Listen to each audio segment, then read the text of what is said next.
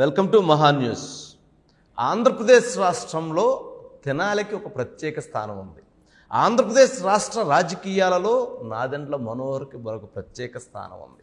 మరి ఇప్పుడు ఆ స్థానం నుంచి రాజకీయ వారసుడిగా రాజకీయ యుద్ధం చేస్తూ ముందుకు వెళుతున్నటువంటి నాదెండ్ల మనోహర్ గారు మరొకసారి తెనాలి నియోజకవర్గం నుంచి తెలుగుదేశం పార్టీ, భారతీయ జనతా పార్టీ బలపరిచిన జనసేన అభ్యర్థిగా రంగంలో దిగి పోటీ చేస్తున్నారు. నాదెండ్ల మనోహర్ గారితో మాట్లాడతాం. నమస్కారం మనోహర్ గారు. ఏంటి, ఎలా ఉంది, ఎలా జరుగుతుంది ప్రచారం నుంచి ఇప్పుడే వచ్చి ఇలా ఉన్నారు? ముందుగా థ్యాంక్ యూ. ప్లీజ్, ఏంటి ఎలా జరుగుతుంది? రోజు ఇది మా బాధ్యత. యా, ఒక రాజకీయ పార్టీ అభ్యర్థిగా, అందులో ఇప్పుడు ఉమ్మడి అభ్యర్థిగా అందరి తరఫున ప్రజల దగ్గరికి వెళ్ళి ఓటు అడగాల్సిన అవసరం, బాధ్యత ప్రతి ఒక్క క్యాండిడేట్కి ఉంటుంది. ఓకే. అందులో భాగంగా తెనాలి నియోజకవర్గంలో జనరల్గా నాకు ఒక అలవాటు, పాదయాత్రనే చేస్తాను.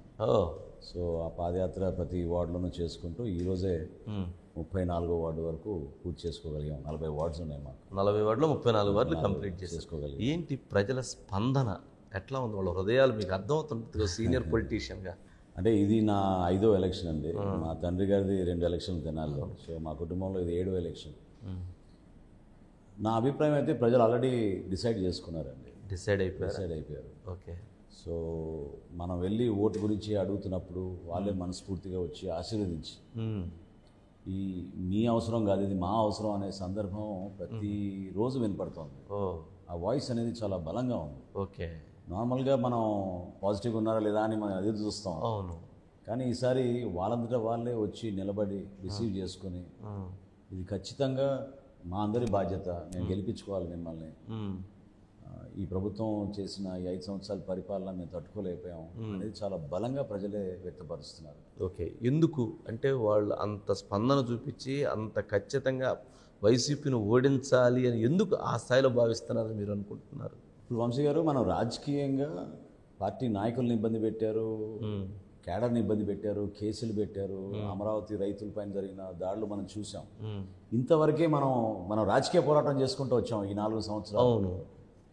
సామాన్యుడు కూడా ఆ విధంగా ఫీల్ అవుతున్నాడంటే చాలా లోతుగా ఆలోచించాల్సిన అంశం ఏంటంటే, ఓకే, వాళ్ళ మనోధైర్యాన్ని కోల్పోయారు. మేము వ్యక్తపరచుకోగలుగుతాం, మా అభిప్రాయం మేము చెప్పుకోగలగాలి, మాట్లాడాలి, ఎందుకు మేము అడగకూడదు, ఎందుకు ప్రశ్నించకూడదు అనేది వాళ్ళకి చాలా బాధ కలిగిస్తుంది. ఓకే. ఇప్పుడు ఒక డ్రైన్ శానిటరీ ఇన్స్పెక్టర్ వచ్చి డ్రైన్ గురించి మాట్లాడి కంప్లైంట్ చేసినప్పుడు పట్టించుకోవడం లేదు. మంచినీటి పథకం కింద మాకు నీరు రావడం లేదని చెప్తే ఎవరు పట్టించుకోవడం లేదు. ఏ సమస్య పైన వాళ్ళు కంప్లైంట్ చేసినా స్థానికంగా పార్టీ నాయకులు వచ్చి వాళ్ళు బెదిరిస్తున్నారు, ఎందుకు కంప్లైంట్ చేసేవాళ్ళు. అది తట్టుకోలేకపోతున్నారు ప్రజలు. ఓకే. ప్రభుత్వం పైన ఎందుకు అంత కోపం ఉంది అంటే, బటన్ నొక్కుతున్నామని ముఖ్యమంత్రి ఒక భ్రమలో వీళ్ళని తీసుకెళ్ళి అభివృద్ధి ఏమాత్రం కూడా చేయకుండా, ప్రజలు కోరుకునేది కనీసం స్పందించే మనస్తత్వం ఉండాలి అక్కడ ఉన్న ప్రజాప్రతినిధి దగ్గర. ఆ హృదయం ఉండాలి. అది లేదు. అది చాలా మిస్ అవుతున్నారు. అది పోయిందని ప్రజలు భావిస్తున్నారు. మిస్ అవుతుంది. ఆ కసి, ఆ కోపం ఇటువైపు ప్రేమగా మారినాయా? ఖచ్చితంగా. ఓకే. కనీసం మర్యాద ఉండాలి కదా. వాళ్ళు స్పందించే తీరు చూసి వీళ్ళు అవాకయ్యి ఓకే ఎవరు మాట్లాడడం లేదు దాన్ని. ఓకే. అంటే మనోహర్ గారు, అంటే మీరు సుదీర్ఘ రాజకీయ జీవితంలో అంటే ప్రజలు ఇప్పటివరకు మాట్లాడాల, ఎన్నికల నోటిఫికేషన్ వచ్చేంత వరకు సైలెంట్గా ఉండి చూస్తున్నట్టున్నారు. నోటిఫికేషన్ వచ్చిన దగ్గర నుంచి ప్రజల్లో ఒక చేంజ్ ఎక్కువగా కనపడుతుందనేటువంటి అనేక అభిప్రాయాలు కనపడుతున్నాయి. ఎందుకని? 2 నెలల క్రితం నేను కొంతవరకు పాదయాత్ర చేశాను. ఆ 2 నెలల క్రితం ఎవరు కూడా బయటకు వచ్చి మాట్లాడలేదు. కెమెరాలు చూసినా, ఇతర ప్రజలను చూసినా, ఆ వార్డులో వాళ్ళకి తెలిసిన వ్యక్తులు కాకపోతే పక్కన ఎవరు ఉంటే ఓకే స్పందించేవాళ్ళు కాదు. ఇప్పుడు మాత్రం ఆ ఫియర్ కోల్పోయారు, ఆ భయం కోల్పోయారు. ఖచ్చితంగా వచ్చి బలంగా మాట్లాడుతున్నారు. ప్రభుత్వం చేసిన కొన్ని పొరపాట్ల గురించి మాట్లాడుతున్నారు. ఏ విధంగా వాళ్ళకి రేషన్ కార్డు రాలేదో, ఏ విధంగా కావాలని కక్ష కట్టి ఓకే వాళ్ళకి ఫలానా పార్టీకి మీరు ఓటేశారు కాబట్టి మీకు ఇళ్ల స్థలం ఇవ్వడం లేదని చెప్పడం, పెన్షన్ల విషయంలో పక్షపాతం చూపించడం ఓకే చాలా బాధ కలిగిస్తుంది వాళ్ళని. అంటే చాలా మంది ఆ భయం పోయింది. అసలు తెనాలి నియోజకవర్గంలో అంటే ఇప్పటికి 7 సార్లు కంటెస్ట్ చేసి, అంటే 2004 నుంచి 2014 వరకు జరిగినటువంటి ఒక అభివృద్ధి, ఒక ప్రణాళిక ఏంటి? అప్పుడు జరిగిన దానికి ఇప్పుడు ఈ 5 సంవత్సరాలు జరిగిన దాన్ని ఎలా చూడాలంటారు? అంటే ఫౌండేషన్ వేసాం, డబ్బులు తీసుకొచ్చాం, సగం పూర్తి చేసాం ప్రాజెక్టులు, ఆ, అక్కడి నుంచి కొనసాగలేదు. ఆ. అది దారుణం. ఎక్కడేనా? ఎక్కడికక్కడే ఓకే. ఒక్క ఇటుక వేయలేదు, ఒక బస్తా సిమెంట్ వేయలేదు. ఓ, అదేవిధంగా ఆ, రోడ్లు ఒకటే కాదు, ఓకే. రక్షిత మంచినీటి పథకం 100 కోట్ల రూపాయలతోటి ఉమ్, 162 కిలోమీటర్ల పైప్ లైన్ వేసి నేను కృష్ణా నది జలాలు ప్రకాశం బ్యారేజ్ని తీసుకొచ్చి ఇంటింటికి కొలాయి ఇస్తే ఆ. ఈరోజు అసలు సగం పట్టణంలో కూడా ఇవ్వలేకపోతున్నారు నీళ్లు నీళ్ళు. 162 కోట్లు పెట్టి తెచ్చినాయి. 100 కోట్లతో తీసుకొచ్చిన ప్రాజెక్ట్ ఓకే. కేవలం వీళ్ళు మెయింటెనెన్స్ చేయకపోగా, ఉమ్, కేవలం వీళ్ళ అవినీతి వల్ల ఉమ్, అక్కడ ఉన్న పంపులు ఎత్తుపోయారు, ఉమ్, పైప్ లైన్లు ఇరిగిపోయినాయి. ఉమ్. ప్రజల దగ్గర మాత్రం ట్యాక్సీలు వసూలు చేస్తున్నారు. ఓ, ప్రజలు కల్పించాల్సిన మౌలిక సదుపాయాలు ఎక్కడ కల్పించడం లేదు. ఓకే. చాలా దారుణమైన విషయం. అంటే డ్రింకింగ్ వాటర్ కూడా ఇచ్చేటువంటి పరిస్థితులు లేకుండా పోయింది. ఓకే. అంటే నాకు వస్తూ ఉంటే ఇక్కడ తెనాల్లో ట్యాంక్ బండ్ నిర్మాణం జరుగుతుంది అన్నారు. ఏంటి ఆ ట్యాంక్ బండ్ ఏంటి, విగ్రహాలు ఏంటి, కొద్దిగా ఆశ్చర్యంగా ఉంది. అంటే 4 లేన్ల రహదారి ఆ, పెదరావులు అనే గ్రామం దగ్గర నుంచి నందివేలు వరకు, ఆ, అంటే నా నియోజకవర్గం పరిధి మొత్తం ఓకే. 68 కోట్ల రూపాయలతోటి నోటీస్ చేసి ఉంటారు. 3 కాలువలు వెళ్తూ ఉంటాయి. అవును. సో కాలువలకి ఇరువైపులో retaining wall, concrete retaining wall, ఒక డ్యామ్ లాగా కట్టి ఓకే. 4 లేన్ల రహదారిగా దాన్ని విస్తరించి ఉమ్, అద్భుతమైన ప్రాజెక్ట్ చేశాం. ఉమ్, అది ఇంకా పూర్తి కాలేదు. ఉమ్, ఈయన ఎమ్మెల్యే అవగానే జగన్మోహన్ రెడ్డి గారు పిలిచి మరి ఈయనకి 200 కోట్ల రూపాయలు శాంక్షన్ చేశానని చెప్పి 200 కోట్లు. జియో తీసుకొచ్చి ఏదో చెప్పారు 4.5 సంవత్సరాల క్రితం. ఓ, ఈ రోజు వరకు కేవలం అది పేపర్ మీదే ఉండిపోయింది తప్ప ఒక సింగిల్ పని జరగలేదు. ఆ రోడ్డు మీద వీళ్ళు చేసింది ఏందయ్యా అంటే ఓ, విగ్రహాల నిర్మాణం చేశారు. అది కూడా ఒక కుటుంబం నుంచి 5 లక్షల రూపాయలు తీసుకుని ఆహా. వాళ్ళకి సంబంధించిన తాతగారు, ముత్తాతగారు ఎవరో పెద్ద ఆ రోజుల్లో ఎవరైతే పెద్దలుగా మిగిలిపోయారు సమాజంలో, ఓకే. వాళ్ళ 5 లక్షల రూపాయలు వాళ్ళ డొనేషన్ ఇస్తే వాళ్ళ విగ్రహం అక్కడ పెట్టి ఓ, డబ్బులు ఇచ్చి పెట్టించుకో. ఆ విగ్రహాలు చూసేది ఏంటంటే ఆ గోతులున్న రోడ్లు.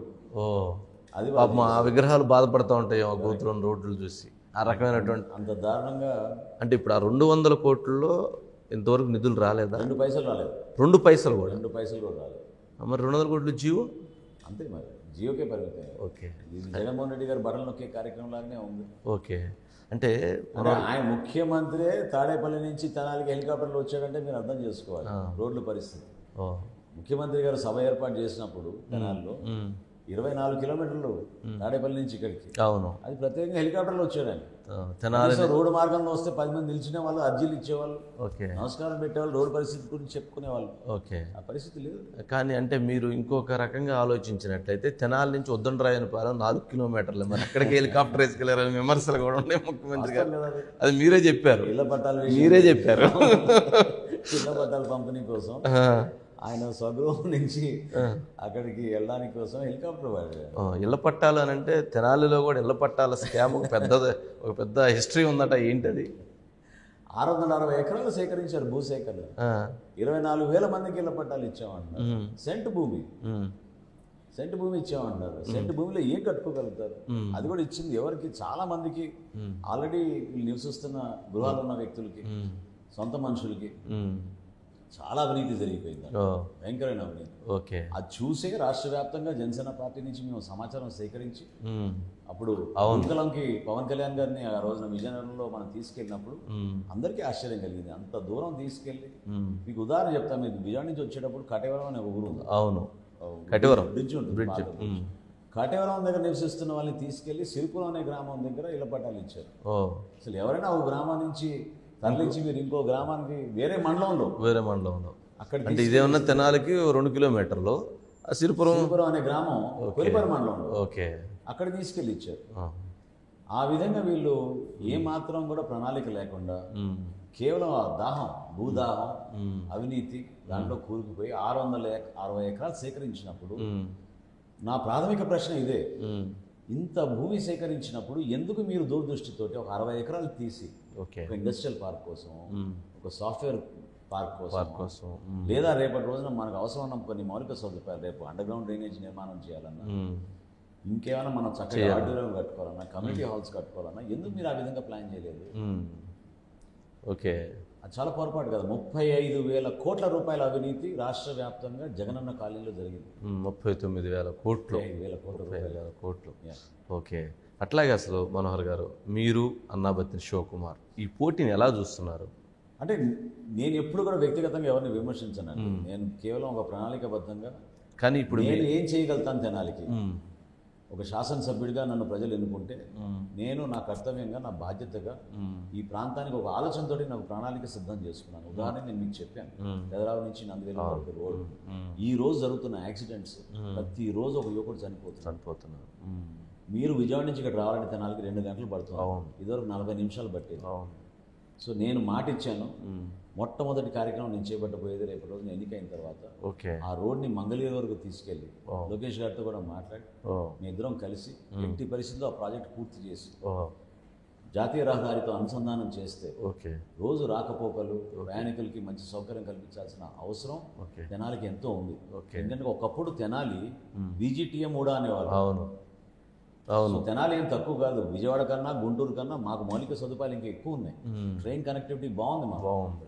సో ఈ ప్రాంతాన్ని మనం మంచి రెసిడెన్షియల్ హబ్గా మనం మార్చగలిగితే, ఎందుకంటే విద్యా సంస్థలు ఉన్నాయి, వైద్య సంస్థలు చాలా బాగున్నాయి మాకు.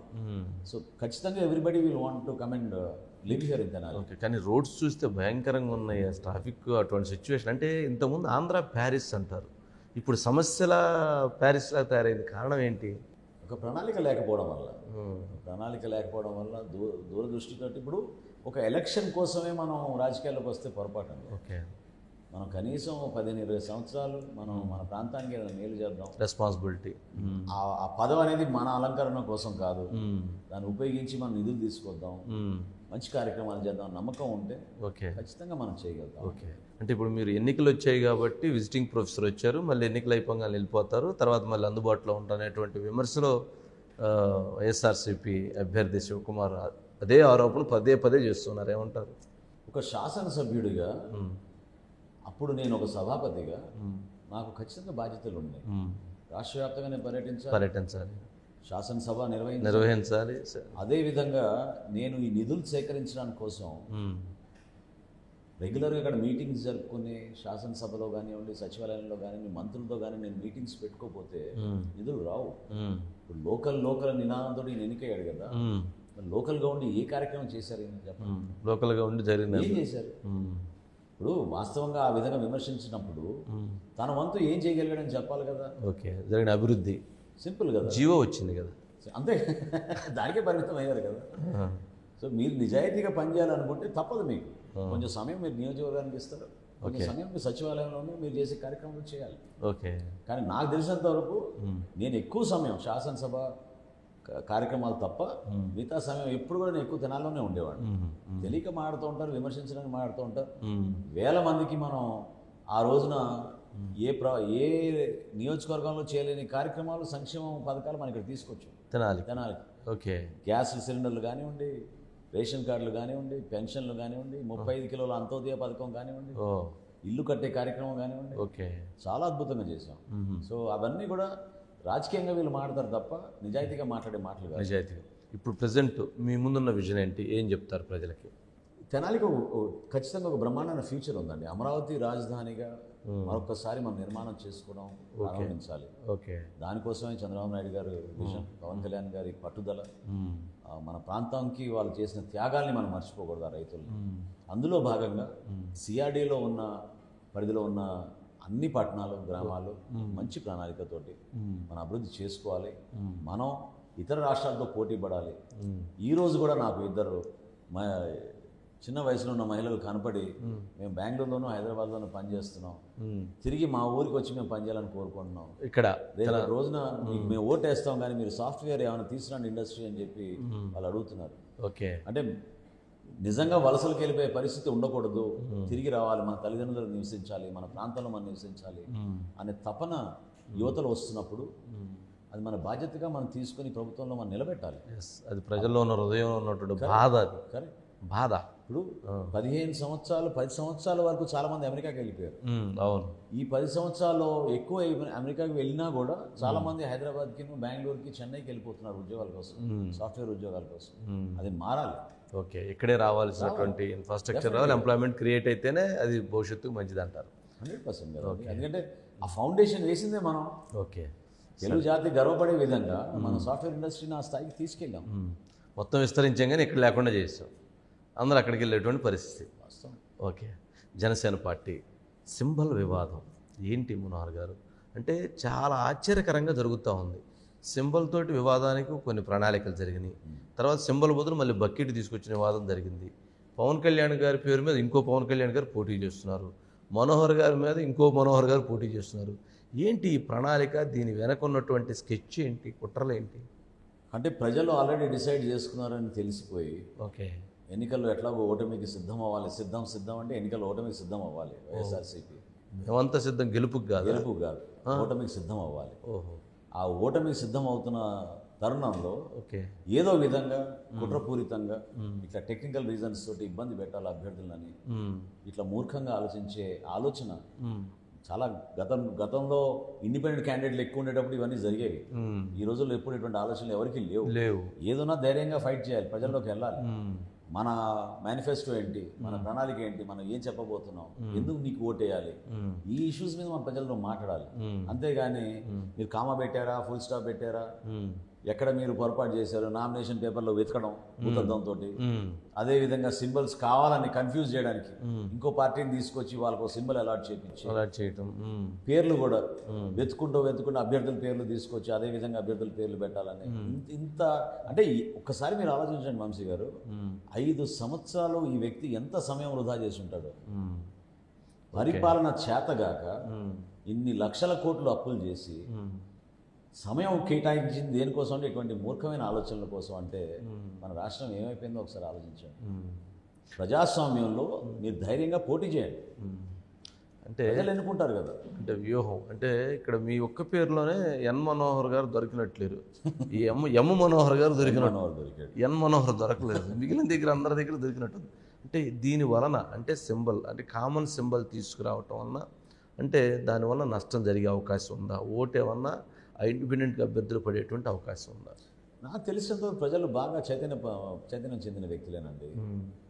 ఇది కేవలం అలజడి సృష్టించడానికి ఓకే చాలా మీడియా సంస్థలు వాళ్ళ చేతిలోకి వచ్చేసినాయి కాబట్టి ఇది ఇప్పుడు కాదు, నెల రోజుల నుంచి ఇదే ఎక్సర్సైజ్ జరుగుతుంది. జనసేన సింబల్ వెళ్ళిపోయింది, జనసేన గ్లాస్ సింబలే లేదని చెప్పి మొదలు పెట్టారు. అసలు సింబలే లేదన్నారు, అసలు సింబల్ వేరే పార్టీకి వెళ్ళిందన్నారు.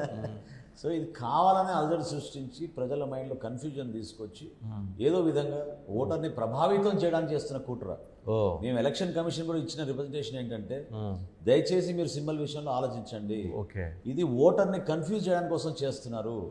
నేను సింపుల్ ఎగ్జాంపుల్ చెప్తా. ఒక పార్లమెంట్ నియోజకవర్గంలో జనసేన పార్టీ అభ్యర్థి పార్లమెంట్గా పోటీ చేస్తున్నప్పుడు అక్కడ 7 సెగ్మెంట్లో ఒకే ఒక సెగ్మెంట్లో జనసేన పార్టీ అసెంబ్లీకి పోటీ చేస్తున్నాం. మరి 6 సెగ్మెంట్లో మీరు సింబల్ వేరే వాళ్ళు కేటాయించే విధంగా మీరు కుట్రపూరితంగా చేస్తే ఏ విధంగా మేము క్యాంపెయిన్ చేస్తాం? అంటే పార్లమెంటుకు సంబంధించి జరిగేటువంటి అన్యాయం జరిగింది కదా. అంతే కదా. అంటే ఒక పార్లమెంటు పరిధిలో కలిసి ఉమ్మడిగా చేస్తున్నప్పుడు ఒక దగ్గర సింబల్ ఉంటే మిగిలిన దగ్గర సింబల్ ఉండకూడదు. ఇప్పుడు మోడీ గారు రేపు వస్తారు, ఉమ్మడిగానే మేము సింబల్ పట్టుకుంటాం. పవన్ కళ్యాణ్ గారు ప్రచారం చేస్తున్నప్పుడు గ్లాస్ సింబల్ పట్టుకుంటారు.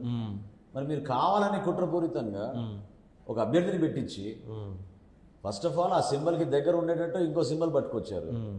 రెండోది ఏంటంటే సింబలే కోరుతున్నారు. ఇప్పుడు ఇవాళ సాయంత్రం నుంచి మొదలైంది ఆ తతంగం. కావాలని చేస్తుంది ఇది.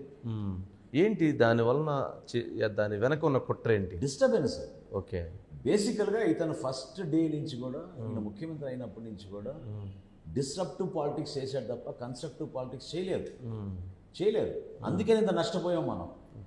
ఆంధ్రప్రదేశ్ని మరొకసారి మనం పట్టాల మీద పెట్టి నడపాలంటే ఎంతో శ్రమ పడాలి, ఎంతో దూరదృష్టితో కష్టపడి మనం పనిచేయాలి తప్ప మూర్ఖమైన ఆలోచనలు, వీళ్ళ ప్రవర్తన, పరిపాలన చేతగాక నాశనం జరిగింది మన సమాజానికి. అంటే సింబల్ విషయంలోనే ఇంత పెద్ద కుట్ర అంటున్నారు, అభ్యర్థుల విషయంలో ఇంత పెద్ద కుట్ర అంటున్నారు.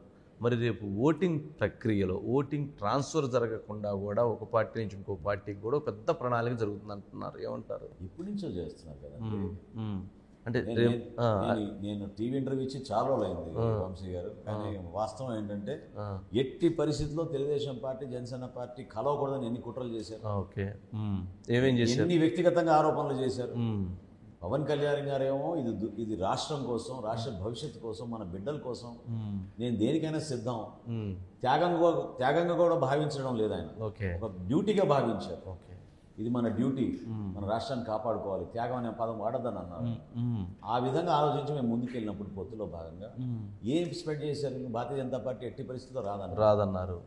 వాళ్ళంతా మాతోటే ఉన్నారు. ఇప్పుడు ఏం చెప్తారు వాళ్ళు, భారతీయ జనతా పార్టీతో మేము లేవని చెప్తారు. లేవంటారు. కానీ ఢిల్లీలో వీళ్ళు చేసింది ఏంటి, అన్నిసార్లు ప్రధానమంత్రి గారిని కలిసినప్పుడు ఏనాడైనా రాష్ట్రం గురించి, రాష్ట్ర ప్రయోజనాల గురించి ముఖ్యమంత్రి ఒక అర్జీ ఇచ్చాడో చెప్పనండి. అంటే బయటకైతే ఇంత పచ్చబద్దాలు. ఓకే, అంటే ఒకటే లిస్ట్ ఉండితే అది పైకి పేర్లుగా మారుతా వచ్చింది.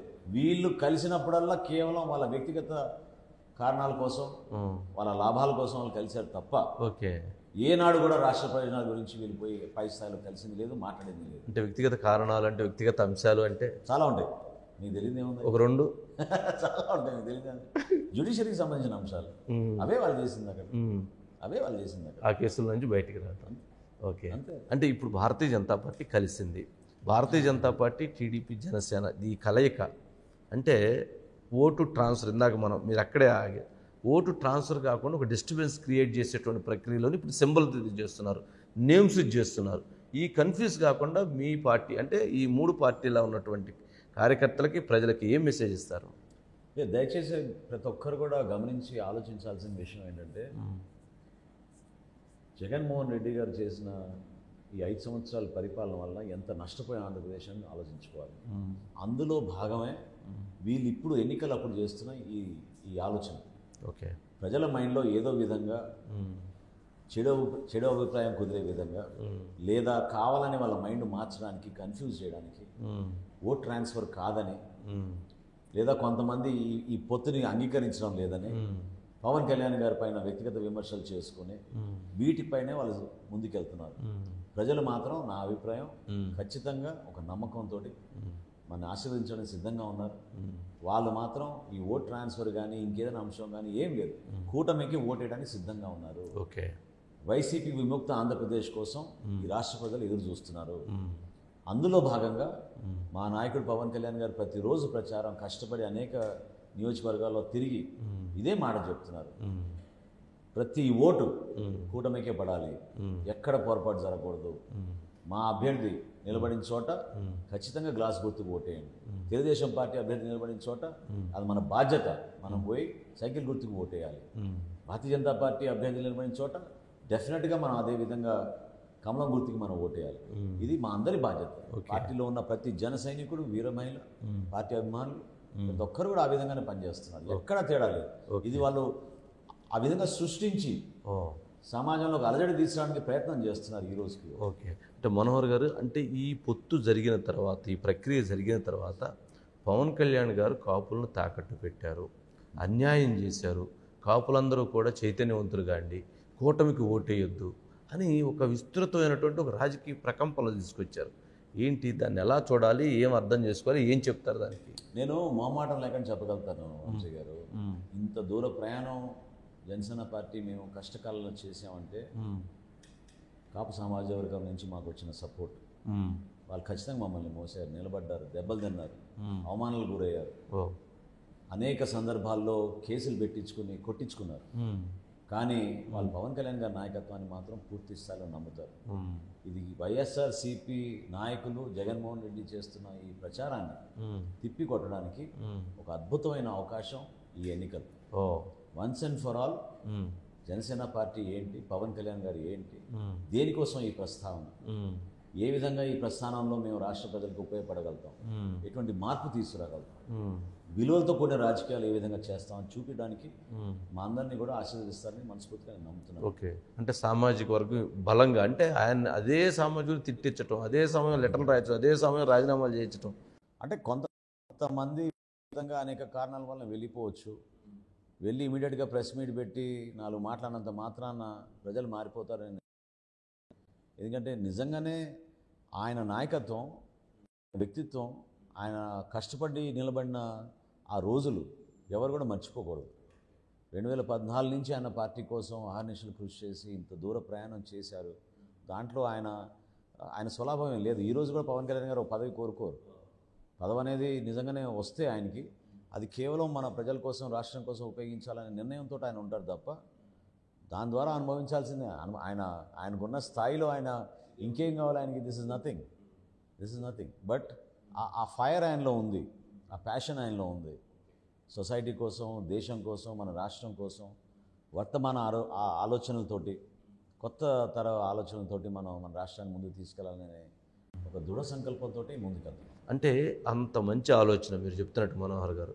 అంటే రాష్ట్రం బాగుండాలి, దేశం బాగుండాలి, ప్రజలు బాగుండాలి, కులాలు బాగుండాలి, మతాలు బాగుండాలి, ఇంతటి ఆలోచన చేస్తుంటే ఇటువంటి కుట్రలేంటి, వ్యక్తిగతమైన దాడులు ఏంటి, ఇంట్లో వాళ్ళని తిట్టడం ఏంటి, తల్లుని తిట్టడం ఏంటి, అంటే ఇలాంటిది అంటే మనిషిని ఒక సైకలాజికల్గా దెబ్బతీయటం, వెనక్కి దప్పించడం ప్రయత్నం చేయటం, దీన్ని అడ్డుకొని నిలబడగలుగుతారా? నిలబడ్డాగా. ఓకే, నిలబడ్డాగా.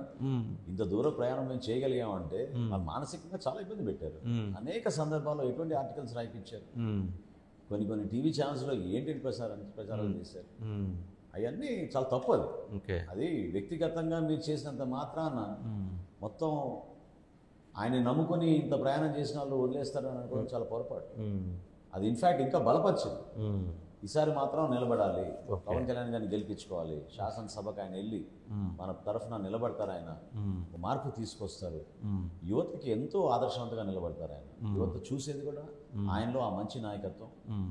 మేము జనసేన పార్టీలో ఈరోజు క్రియాశీలక సభ్యత్వం 6 లక్షల వరకు తీసుకురాగలిగామంటే కష్టకాలంలో కూడా అది కేవలం ఆ నమ్మకంతో ప్రయాణం చేస్తాం. ఓకే, అంటే విమర్శల దాడి ఇటీవల కాలంలో నాదెండ్ల మనోహర్ గారి మీద కూడా విమర్శల దాడి పరంపర కొనసాగుతూ ఉంది. పోతిన మహేష్ లాంటి వ్యక్తులు అంటే మనోహర్ గారితో అత్యంత సన్నిహితంగా, అత్యంత దగ్గరగా, సాన్నిధ్యంగా తిరిగిన వ్యక్తులు, మరి అదే వ్యక్తులు ఈరోజు విమర్శల పరంపర. ఏమంటారు? బాధ కలిగిందా మనసుకి? విఘ్నతకే వదిలేస్తారు. బాధ కలిగిందా మనసుకి? ఖచ్చితంగా బాధ కలుగుతుంది. బాధ కలగకుండా ఎట్లా?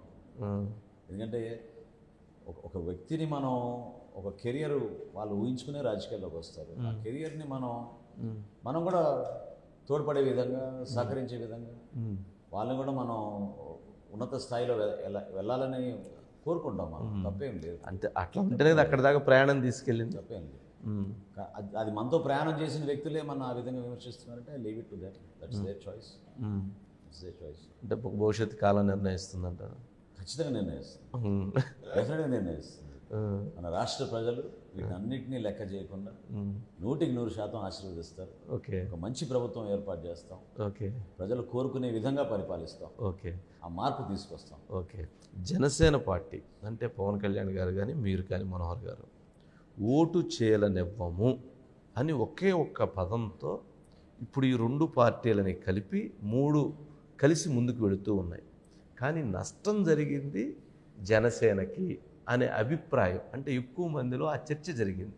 అంటే స్థానాల విషయంలో తగ్గించుకొని ఇచ్చేయాల్సి వచ్చింది అనే అభిప్రాయం. ఏమంటారు దానికి? తప్పులేదు, ఆ అభిప్రాయంలో తప్పులేదు. కానీ వాస్తవ పరిస్థితులు కూడా గమనించాలి. ఇప్పుడు ఏ జిల్లాలో మనం బలంగా ఉన్నాం, అక్కడ అభ్యర్థులు ఎవరు, అభ్యర్థులు ఆ విధంగా పోటీ చేయగలుగుతారా, ఇతర పార్టీల నుంచి ఎవరిని పెడుతున్నారు అభ్యర్థులు కాకుండా, ఇవన్నీ మనం బేరే చేసుకునే మనం క్యాండిడేట్ సెలెక్షన్ కానీ సీట్ సెలెక్షన్ కానీ చేస్తాం.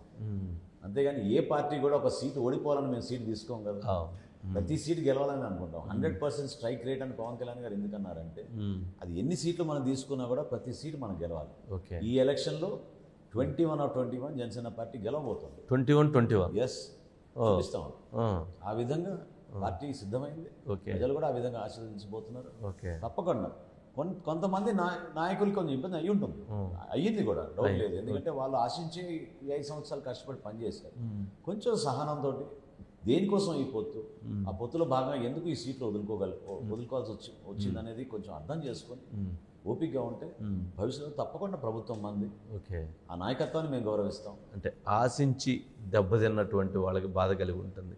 వాళ్ళకి న్యాయం చేస్తారా? రేపు జరిగితే అధికారంలోకి వస్తే ఎవరికైతే జనసేన అంటే ఎక్కువ ప్రయారిటీ, ఎక్కువ నష్టం జరిగింది జనసేన అనుకున్నప్పుడు వాళ్ళకి న్యాయం జరుగుతుందా? డెఫినెట్గా.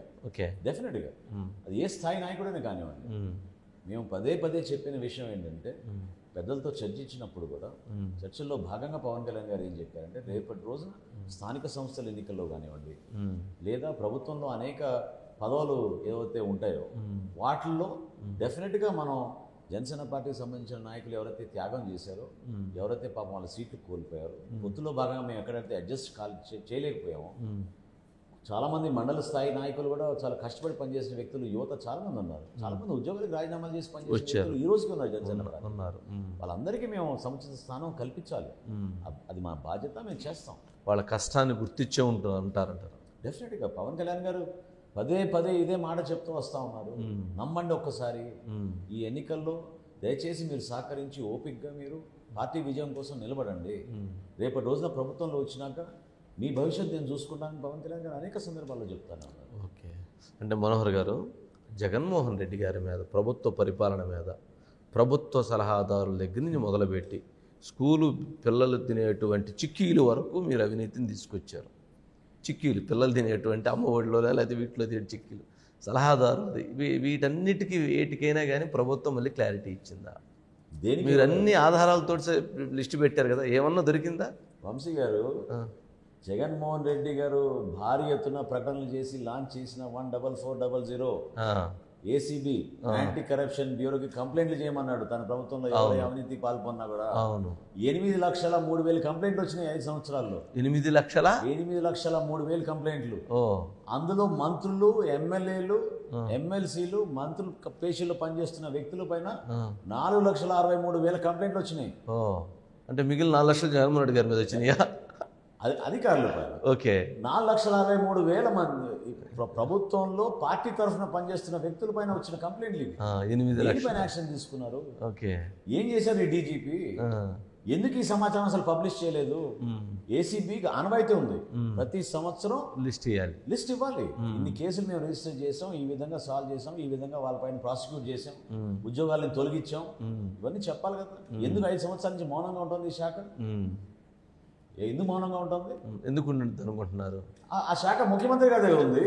ఆ శాఖ ముఖ్యమంత్రి గారి దగ్గర అంతే కదా, ఆయన స్వయంగా దానికి అధిపతి. ఎవరు మాట్లాడతారు? ఓకే, మాట్లాడే పరిస్థితి ఏది? ఓకే, నిజంగా చెప్తున్నాను. ఇప్పుడు మనం విమర్శనం, ఇప్పుడు అది ఇంతమంది సలహాదారులు పెట్టుకున్నారు, ఏం సలహాలు ఇచ్చారు వీళ్ళు? చాలా మంది వేశారు ఆర్టీఐ కింద. అవును అవును. ఈ సలహాదారులు మీకు ఎటువంటి సలహాలు ఇచ్చారు చెప్పండి మాకు. ఇది నాకు సమాధానం లేదు దానికి. కానీ ఎందుకంటే చిన్న ఉదాహరణ చెప్తాను,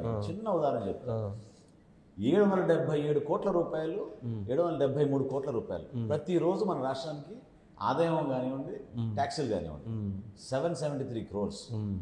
ఈ మహానుభావుడు ముఖ్యమంత్రి అయినాక రోజుకి 160 కోట్ల రూపాయలు అప్పులు తెస్తున్నారు. అంటే దాదాపు 900 కోట్ల రూపాయలు ప్రతిరోజు రాష్ట్ర ప్రభుత్వానికి డబ్బులు వస్తున్నాయి. వీళ్ళు క్యాపిటల్ ఎక్స్పెండిచర్ అంటే మనం నిర్మాణాల గురించో, రోడ్ల గురించో, డ్యాముల గురించో, పోలవరం గురించో ఆ నిధుల నుంచి ఎంత ఖర్చు పెడుతున్నారు ప్రతిరోజు తెలుసా మీకు? 42 కోట్ల రూపాయలు. వాటి నుంచి 900 కోట్లు ఎక్కడ, 42 కోట్లు ఎక్కడ చెప్పు. క్యాపిటల్ ఎక్స్పెండిచర్ 42 కోట్ల రూపాయలు. మరి మిగిలిన బటన్ నొక్కుతున్నారు అని చెప్తారు. కొన్ని బటన్ నొక్కే కార్యక్రమంలో ఈ రోజుకి నేను ప్రెస్ మీట్ పెట్టినప్పుడు 93,000 కోట్ల రూపాయలు ఎక్కడ పోయినా ఎవరికి అర్థం కావడం లేదు. అడిగారు కదా మీరు, 93,000 కోట్ల రూపాయలు ఎక్కడ అంటే ప్రభుత్వం నుంచి ఒక్కరు దాని గురించి స్పందించలేదు. మరి ఏమేమి 93,000 కోట్లు?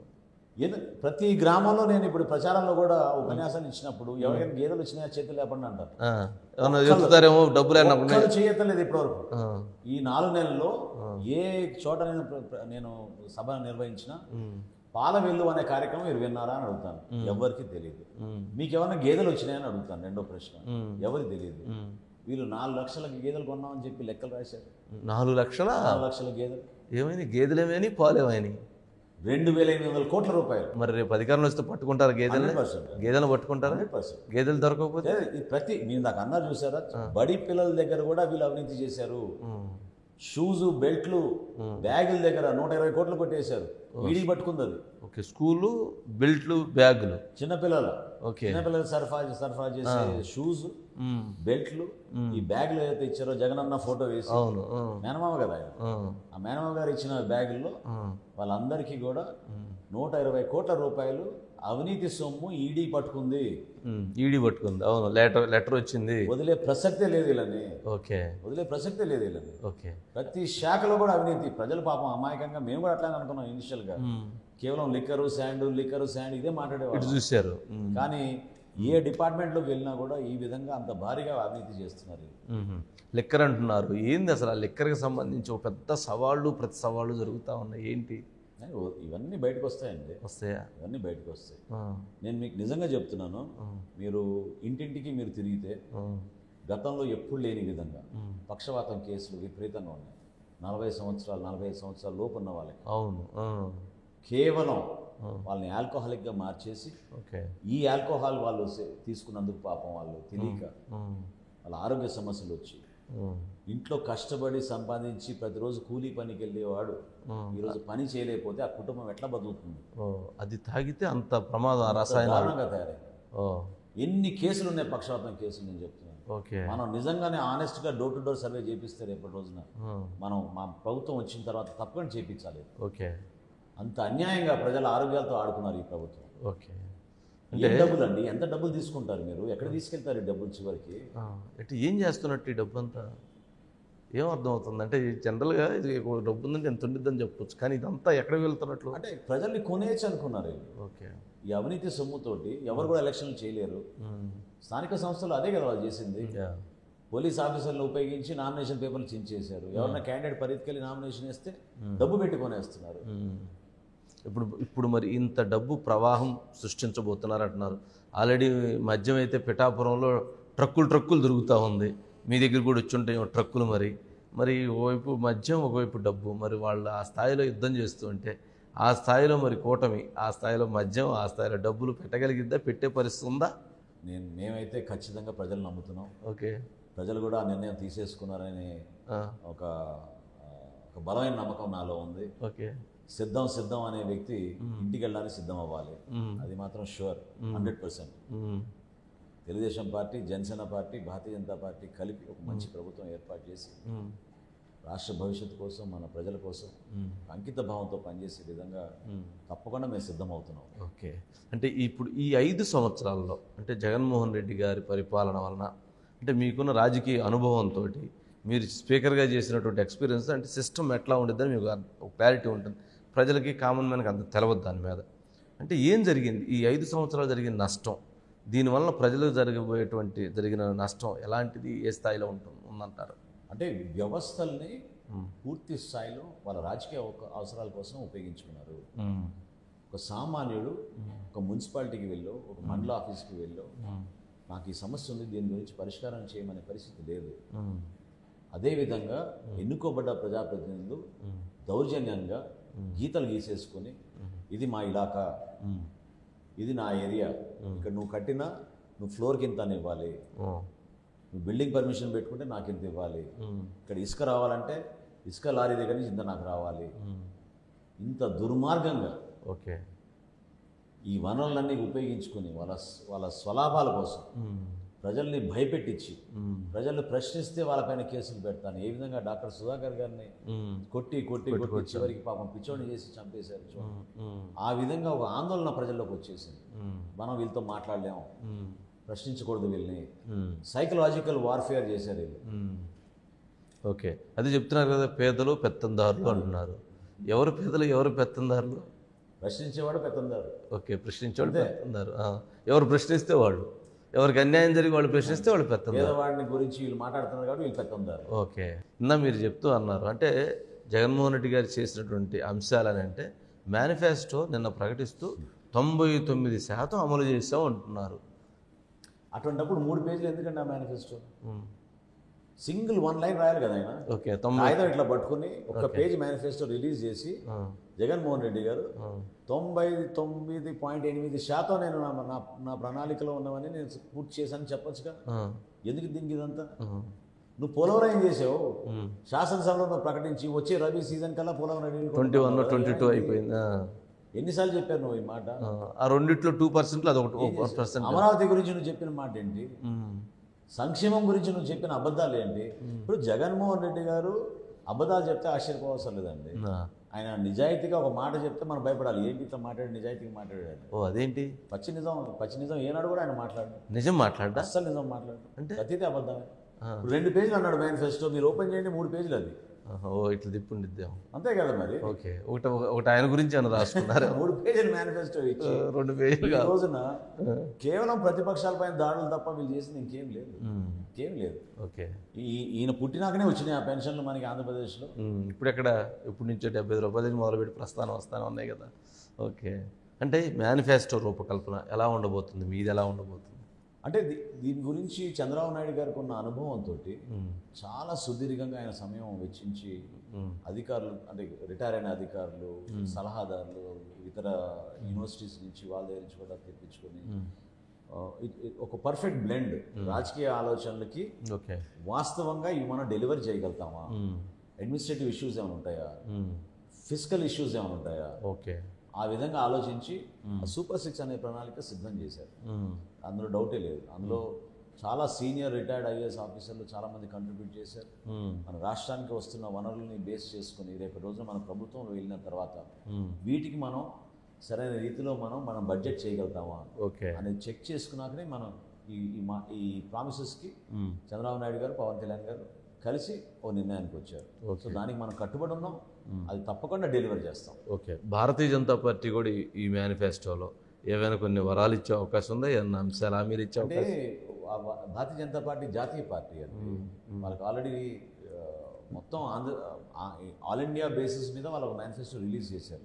సో సపరేట్గా ఏ స్టేట్కి ఆ స్టేట్ అనేది వాళ్ళ రాష్ట్రాల్లో ఎక్కడైతే వాళ్ళు పరిపాలిస్తున్నారు వాళ్ళు చేస్తున్నారు తప్ప ఆంధ్రప్రదేశ్కి ప్రత్యేకంగా సపరేట్ మేనిఫెస్టో ఉండదు. అంటే కూటమిలో భాగంగా మేము కొన్ని ప్రధాన అంశాల గురించి మేము పై స్థాయిలో జరిగిన చర్చల్లో ఎప్పుడు కూడా ప్రస్తావించాం. మొదటిది అమరావతి, రెండోది పోలవరం, మూడోది విశాఖపట్నం స్టీల్ ప్లాంట్. అదేవిధంగా మన రాష్ట్రానికి పెట్టుబడులు రావాల్సిన అవసరం, మన బిడ్డలకి ఉపాధి అవకాశాలు కల్పించాల్సిన అవసరం గురించి ప్రతి చర్చలోనూ ఈ 4 అంశాల గురించి ప్రధానంగా మాట్లాడాం. డెఫినెట్గా మనకు వాళ్ళ సపోర్ట్ అవసరం. రేపటి రోజున పెట్టుబడులు రావాలి, ప్రభుత్వం నడుపుకోవాలన్నా కూడా మనకి నిధులు కొంచెం అధికంగా రావాలి. వీటికి డెఫినెట్గా నేను అనుకోవడం వాళ్ళు సహకరిస్తారు. అంటే మనోహర్ గారు మీరు ఇప్పుడు చెప్పారు లాస్ట్లో 2 పాయింట్స్ వాళ్ళ సహకారం అవసరం అని. కానీ ప్రజల భావన భారతీయ జనతా పార్టీ కూడా ఏమీ చేసింది లేదు రాష్ట్రానికి, తెలుగుదేశం జనసేన కలిసి వెళ్ళుంటే బాగుండేది, భారతీయ జనతా పార్టీని అనవసరంగా కలుపుకున్నారేమో అన్నటువంటి కొన్ని అభిప్రాయాలు ఉన్నాయి. ఏమంటారంటే ఒక కన్ఫ్యూషన్, దానికి ఏమిస్తారు క్లారిటీ? అంటే రాజకీయ లబ్ధి కోసం చేసిన ఆలోచన కాదండి అది. ఇది డెఫినెట్గా మనం రేపు ప్రభుత్వంలో వచ్చిన తర్వాత మోడీ గారి నాయకత్వంలో దేశానికి మనబడి కంట్రిబ్యూట్ చేయాలి ఏదో విధంగా. ఈ వికసిత భారత్ అనే కార్యక్రమంలో భాగంగా ఆంధ్రప్రదేశ్ కూడా ఆ విధంగా బెనిఫిట్ పొందాలి. మోడీ గారు కూడా నాకు తెలిసినంత వరకు ఆయనకి అర్థమైంది ఆంధ్రప్రదేశ్లో చాలా అవినీతి జరిగిపోయింది, పొరపాట్లు జరిగినాయి, ఒక మార్పు అవసరం అనేది. సో మనకి మనస్ఫూర్తిగా వాళ్ళు సపోర్ట్ చేస్తారు నమ్మకం మాకుంది. పొత్తులో భాగంగా కూడా డెఫినెట్గా వాళ్ళు పార్ట్నర్స్గా ఉంటారు కాబట్టి రేపటి రోజున మన ట్రేడ్ కానివ్వండి, మన డెవలప్మెంట్ కానివ్వండి, పొలిటికల్ ల్యాండ్స్కేప్ మారే విధంగా, మనకి ఈ ప్రాంతానికి మేలు జరిగే విధంగా తప్పకుండా వాళ్ళ సహకారం అవసరం. వాళ్ళు కూడా మనతో భాగస్వాములు అవ్వడం చాలా అవసరం మన ఆంధ్రప్రదేశ్ ప్రజలకి. అంటే ఇప్పుడు జగన్మోహన్ రెడ్డి గారు వైఎస్ఆర్సీపీ పార్టీ నుంచి 25 మంది అభ్యర్థులు నుంచున్నారు, కూటమి నుంచి 25 ఎంపీ అభ్యర్థులు నుంచున్నారు. వీళ్ళకు ఓటేస్తే మోదీ గారు ఉంటే మోదీ గారి దగ్గరికి వెళ్తారు, వీళ్ళకు ఓటేస్తే ఎవరి దగ్గరికి వెళ్తారు? అది యునిక్ రాజకీయ పరిస్థితి ఈరోజు భారతదేశంలో. ఎందుకంటే ఏ రాష్ట్రంలో చూసినా మీరు లోకల్గా ఉన్న ఇష్యూస్ గురించి మనం ఒక విధంగా నిర్ణయాలు తీసుకున్నా, దేశానికి వచ్చే వరకు మోడీ గారి నాయకత్వం, భారతీయ జనతా పార్టీ ప్రభుత్వాన్ని అందరం బలపరుస్తాం. అది ఆ విధంగా భారతదేశానికి అవసరం వచ్చింది. పొలిటికల్గా కూడా ఆ విధంగా భారతదేశ స్థాయిలో ప్రతిపక్ష పార్టీలు ఆ విధంగా కలిసి నిలబడలేకపోయినాయి. అంటే కానీ ఆంధ్రప్రదేశ్లో విచిత్రమైన పరిస్థితి కదా. అంటే ఇప్పటి వరకు బీజేపీతో సన్నిహితంగా ఉంటారు, సరే ఆఫ్ ది రికార్డ్ బ్యాక్ డోర్లో ఉండారా, ఫ్రంట్ డోర్లో ఉండారా, కానీ ఇప్పుడు ఆ పరిస్థితి లేదు కదా. ఇప్పుడు మీరు సింబల్ ఎట్టేసేస్తే సింబల్ అక్కడ లేకపోయి ఎట్లా? ఒక్క ఆంధ్రప్రదేశే కదా, మహారాష్ట్రలో కూడా మహారాష్ట్రలో ఉంది, బీహార్లో కూడా ఆ విధంగానే ఉంది, అందరూ కూడా ఉత్తరప్రదేశ్లో కూడా ఆ విధంగా మేమేదో లోకల్గా మేము కొట్టుకుంటాం కానీ దేశానికి వచ్చే వరకు మాత్రం మీకే మద్దతు ఇస్తామని నిర్ణయం దాదాపు అన్ని పార్టీలు ఈరోజు మోడీ గారి నాయకత్వాన్ని అంగీకరిస్తున్నాయి. క్లియర్గా వస్తుందంటారా బీజేపీ మ్యాండేట్? డెఫినెట్గా they'll get a clear mandate. We'll also contribute to NDA. తప్పకుండా. ఎప్పుడు రాబోతున్నారు మోదీ గారు? మోడీ గారి డేట్లు దాదాపు ఖరారైనాయండి. ఆయన 3 మీటింగ్లు ఒక రోడ్ షో. 3 మీటింగ్లు ఒక రోడ్ షో ఉంటుంది. ఓకే. అంటే ఈసారి అన్న ప్రభుత్వం మీద విమర్శలు ఉంటాయా? అంటే మనం విమర్శలు చేయలేదని ప్రజలు ఏమి మాట్లాడలేదనేటువంటి ఒక అసంతృప్తి ఉంది. బహుశా మన ఎక్స్పెక్టేషన్ ఎక్కువ ఉండొచ్చు, అంటే ప్రజలకు అంత కోపం ఉండొచ్చు ఏమో. కానీ ఆ రోజున వాస్తవం ఏంటంటే అండి, కేవలం 5 నుంచి 6 రోజుల ముందే పొత్తు ఖరారైంది. అవును. సో అప్పటికే చిల్హూరుపేటలో ఉభయ సభ పల్లిగూడెంలో ఏ విధంగా చేసాము, ఇంకొక సభ చేద్దామని చంద్రబాబు నాయుడు గారు, పవన్ కళ్యాణ్ గారు నిర్ణయించారు. సో దానికి మోడీ గారిని ఆహ్వానించారు. సో ఆయన ఒక చీఫ్ గెస్ట్గా వచ్చారు. ఇంకా పూర్తి స్థాయిలో కూటమిలో ఎక్కడి నుంచి పోటీ చేస్తున్నారో కూడా మనకు తెలియదు. భారతీయ జనతా పార్టీ అభ్యర్థులు ఎవరు, ఏ స్థానాల నుంచి పోటీ చేస్తున్నారు, ఇవన్నీ ఖరారు కాలేదు. అప్పుడు ఇంకా ఫైనల్ కాలేదు. సో డెఫినెట్గా చాలా ఉంది రోడ్. అప్పుడు ఎక్కడ ఉంది మన ప్రణాళిక ఉందంటారా? డెఫినెట్గా. ఓకే. వైఎస్ఆర్సీపీ పార్టీ గెలిస్తే కూటమి పరిస్థితి ఏంది? కూటమి గెలిస్తే వైఎస్ఆర్సీపీ పార్టీ పరిస్థితి మనోహర్ గారు? ప్రజలు నిర్ణయిస్తారు. గెలిస్తే అంటే కూటమి గెలిస్తే వైఎస్ఆర్సీపీ పార్టీ గెలవడం ఖాయం అండి. ఓకే. కూటమి గెలిస్తే మాత్రం డౌట్ వైఎస్ఆర్సీపీ పార్టీ పరిస్థితి అది ప్రజలు నిర్ణయిస్తారు. ఎందుకంటే అంతిమంగా డెమోక్రసీని నిలబెట్టాల్సింది ప్రజలు. ఇంత నిరంతరత్వంగా ఇంత మూర్ఖంగా వ్యవహరించిన వ్యక్తి ఎంత నష్టం జరిగిపోయింది మన రాష్ట్రానికి అనేది నేను మీతో అన్నట్టు నిజంగా చెప్తున్నాను మీకు. నేను తిరిగి ఇంటికి వెళ్ళినప్పుడు నేను ప్రతిరోజు ఆలోచిస్తాను, ఎందుకు ఆ మహిళ అంత ఆవేదనతో మాట్లాడిందని అనుకుంటాను. రాజకీయ నాయకుడు ఆ విధంగా మాట్లాడడం తప్పులేదు, ఎందుకంటే మనం అవి ఫేస్ చేసాం కాబట్టి. కానీ ఒక సామాన్య మధ్యతరగతి కుటుంబంలో ఉన్న మహిళ అంత బాధతోటి ఎందుకు వ్యక్తపరుస్తున్నారు? ఈ ప్రభుత్వం మాత్రం ఇంకోసారి రాకూడదు అంటే దానికి కారణాలు ఇవే. చూసి చూసి తట్టుకోలేక నష్టం జరిగిపోయింది మన రాష్ట్రానికి అనేది ప్రతి ఒక్కరిలోనూ వచ్చింది. ఓకే. ఎవరు కూడా ఈ రోజున ధైర్యంగా బయటకు వచ్చి ఒక రోడ్ వేయమనో, కాలువలు క్లీన్ చేయమనో, మాకు మంచినీటి సరఫరా చేయమనో, లేకపోతే ఈ ట్యాక్సీలు ఏంటి, చెత్త ట్యాక్స్ ఏంటి అని అడగడానికి కూడా భయపడుతున్నారు. ఓకే. సో ఆ పరిస్థితుల్ని దాటి మంచి మార్పు రావాలి, మంచి ప్రభుత్వం ఏర్పడాలి. చంద్రబాబు నాయుడు గారికి ఉన్న అనుభవం, పవన్ కళ్యాణ్ గారికి ఉన్న ఆ లీడర్షిప్, కోర్స్ మోడీ గారికి దేశవ్యాప్తంగా ఉన్న ఆదరణ, ఈ మూడు కలిస్తే ఒక మంచి అద్భుతమైన ప్రభుత్వం ఏర్పాటు చేస్తారనే నమ్మకం ప్రజల్లోకి వచ్చింది. ఓకే. వాళ్ళ గురించి మనం పెద్దగా ఆలోచించాల్సిన అవసరం ఉంటుందని నేను అనుకోను. ఎందుకంటే ప్రజలు ఆ విధంగా తీర్పిస్తారు. ఓకే. అట్లాగే ఎవరైతే ఇక్కడ ఎంపీ అభ్యర్థిగా పోటీ చేస్తున్న పెమ్మసాని చంద్రశేఖర్కి నాదెండ్ల మనోహర్ గారి కాంబినేషన్ ఎలా ఉంది? చాలా బాగుంది. అంటే is a very honest person. Okay. నిజంగానే ఈ ప్రాంతానికి ఏదో విధంగా ఉపయోగపడాలి, నా వంతు నేను మన దేశానికి చేయాలనే ఉద్దేశంతో జనరల్గా యూఎస్కి వెళ్ళిన డాక్టర్లు ఒక కంఫర్ట్ లెవెల్ ఏర్పడుతుంది. ప్రశాంతంగా ఉంటుంది, వాళ్ళ ఎర్నింగ్స్ చాలా ఎక్కువ ఉంటాయి. ఆ లగ్జరీ లైఫ్ వదిలేసుకుని వచ్చి మరొకసారి మన గ్రామాల్లో మన ప్రాంతాల్లో పర్యటించాలంటే అందరూ కూడా అంత ఈజీగా ఒప్పుకోరు. సో ఒక పొలిటికల్ జర్నీ చేయడానికి ఆయన వచ్చినందుకు నేను అభినందిస్తున్నాను, స్వాగతిస్తున్నాను. రాబోయే రోజుల్లో ఈ ప్రాంత ప్రజలకి ఇంకా మెరుగైన సేవలు అందించాలి. అదేవిధంగా మనం రాజకీయాల్లో కూడా ఒక మంచి అకౌంటబుల్గా ఉన్న నాయకులు తీసుకొస్తే ఈరోజు ప్రతిరోజు ప్రెస్ కాన్ఫరెన్స్ పెట్టి బూతుల పురాణం తప్ప ఇంకేం లేదు కదా. మంచి వ్యక్తులు, సబ్జెక్ట్ పైన మాట్లాడే వ్యక్తులు, మన ప్రాంతం గురించి ఆలోచించే వ్యక్తులు, డిబేట్ చేయగలిగే వ్యక్తులు రాజకీయాల్లో ఎక్కువ మంది వస్తే తప్ప అంటే అలాంటి డిబేట్ చేయాలి అని మాట్లాడితే బూతులు తిడుతున్నారు కదా. అది పోతున్నారు. సంస్కృతి మనం మార్చాలి, ప్రక్షాళన జరగాలి. ఖచ్చితంగా ఎలక్షన్లు జరుగుతుందని నమ్ముతున్నాను. ఓకే. అంటే బూతులు తిట్టే వాళ్ళు ఉండరంటారా? ఉండరు. ఓకే. 30 సంవత్సరాలు మేమే అని చెప్పుకున్నారు కదా. వైనాట్ 175 అన్నారు కదా వీళ్ళంతా.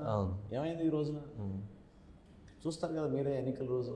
మే 13న ఏ విధంగా ప్రజలు రియాక్ట్ అవుతారో మీరే చూస్తారు. ప్రజలు ప్రతిరోజు ఎప్పుడు ఆ రోజు పొద్దునే 6ంటికే లేచి వెళ్ళి ఓటు వేయాలని సిద్ధమయ్యారు.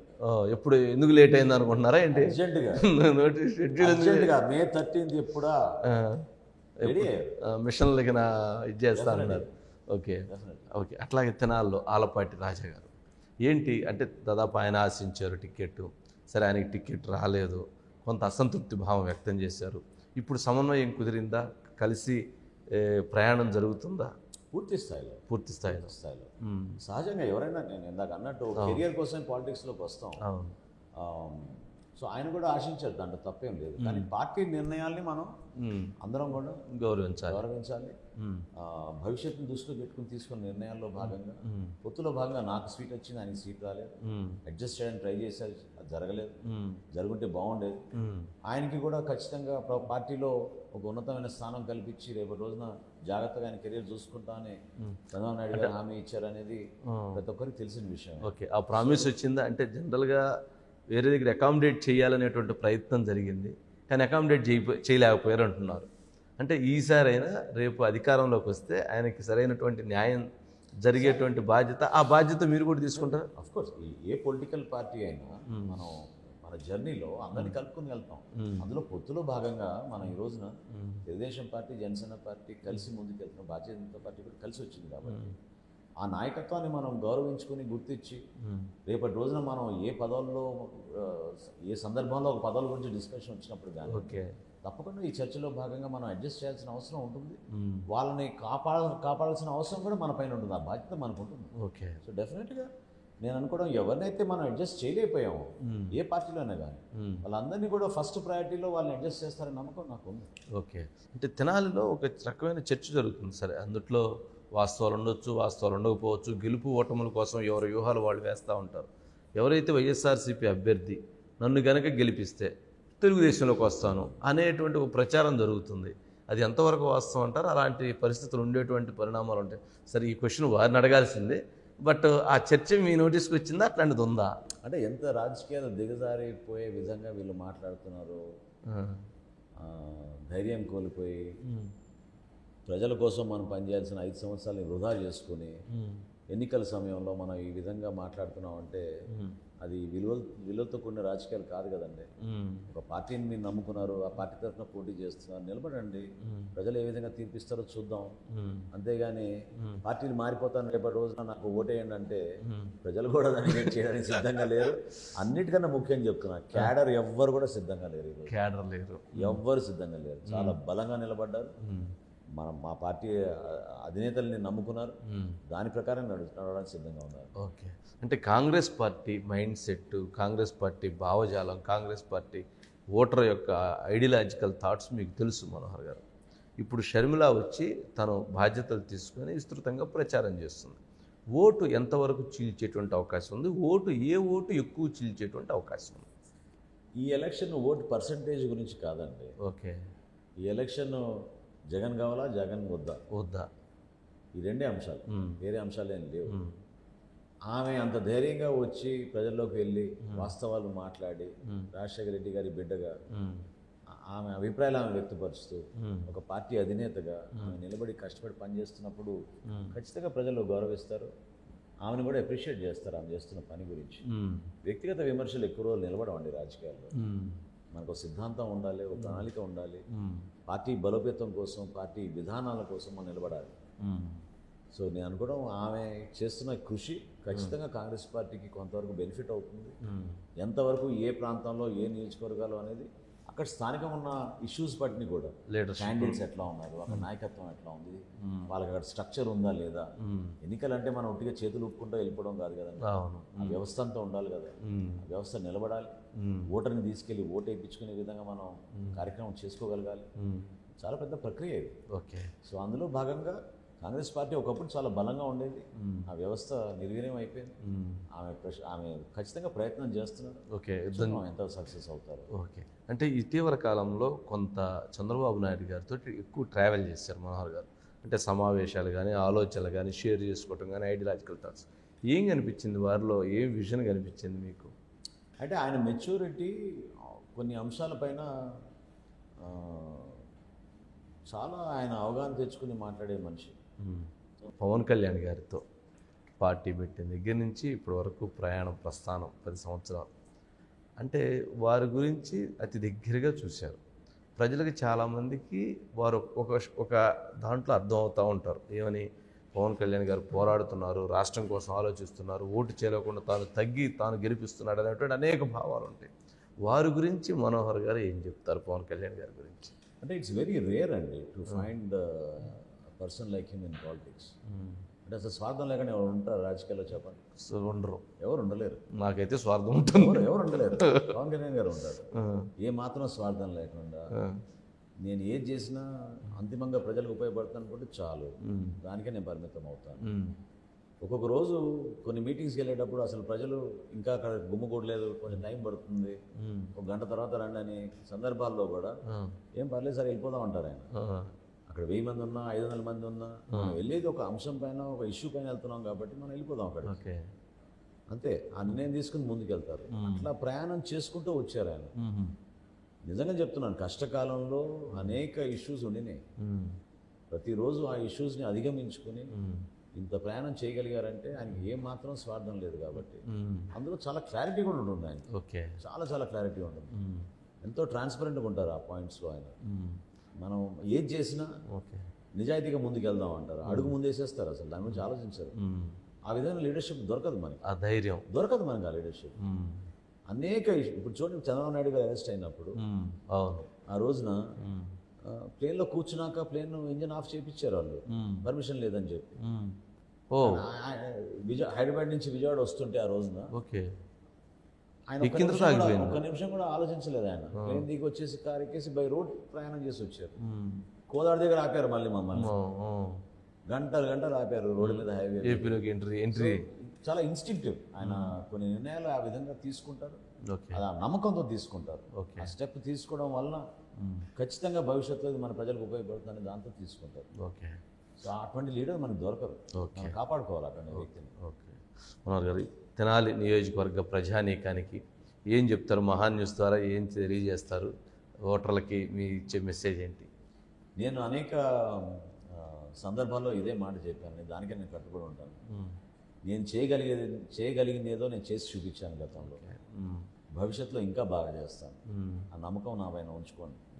డెఫినెట్గా మన ప్రాంతాన్ని అభివృద్ధి చేసే విధంగా, ఎవరూ ఊహించలేని విధంగా ఒక మంచి ప్రభుత్వం ఏర్పడినప్పుడు మనం చక్కగా ఈ ప్రాంతానికి అపూర్వ వైభవం తీసుకొచ్చే విధంగా, మీరు గర్వపడే విధంగా ఒక శాసనసభ్యుడిగా నేను తెనాలికి మంచి పేరు తీసుకొస్తానని నమ్మకం మీరు ఉంచుకోవాలని మనస్ఫూర్తిగా కోరుకుంటున్నాను. థ్యాంక్ యూ మనోహర్ గారు, thank you so much. Tenali ప్రజలు గర్వపడే విధంగా అపూర్వమైనటువంటి అభివృద్ధిని సాధించి తీరుతానని, ఒక మంచి కూటమితో కూడినటువంటి ప్రభుత్వం ఏర్పడి ప్రజా సంక్షేమం కోసం ప్రజా పరిపాలన అందించేటువంటి దిశగా అడుగులు వేస్తుంది అనేటువంటి అభిప్రాయాన్ని వ్యక్తం చేస్తూ, రాష్ట్ర ప్రజలు ప్రతి ఒక్కరూ కూడా ఓటు వేసేటువంటి వాళ్ళు ఆలోచించి ఓటు వేయాల్సినటువంటి బాధ్యత ప్రజల మీద కూడా ఉంటుందనేటువంటి అభిప్రాయాలను వ్యక్తం చేస్తున్నారు. ఇది ఈ వారం the leader with Vamshi. Thank you Manohar గారు, థ్యాంక్ యూ సో మచ్.